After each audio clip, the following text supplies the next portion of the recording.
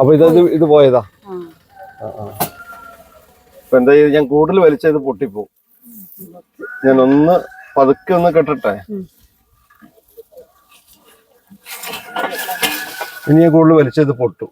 അപ്പൊ എന്താ ചെയ്യാ? വിട്ടേക്കാം. കാരണം ഇത് പഴകിയതാ.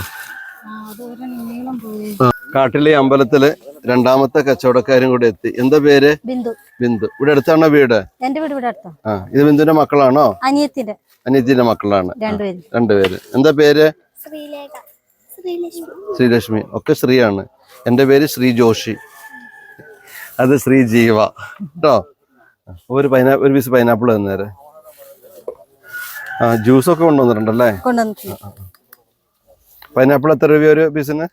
10 രൂപ.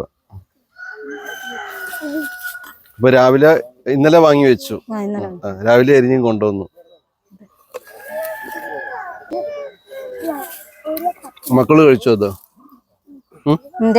കഴിച്ചതാ. പാട്ട് പാടുവോ? ശ്രീലേഖ പാടും. പാടുവോ? മൈക്ക് കയറി ഒരു പാട്ട് പാടിക്കോ.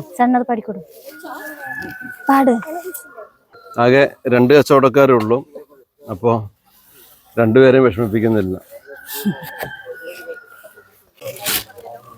ഇതിടാനുള്ള പാത്രം, ഇവിടെയും വേസ്റ്റ് ഇടാനുള്ള പാത്രമൊക്കെ ഉണ്ട് കേട്ടോ. ഞങ്ങൾ ചില വീഡിയോക്ക് മാസങ്ങൾ കഷ്ടപ്പെടും.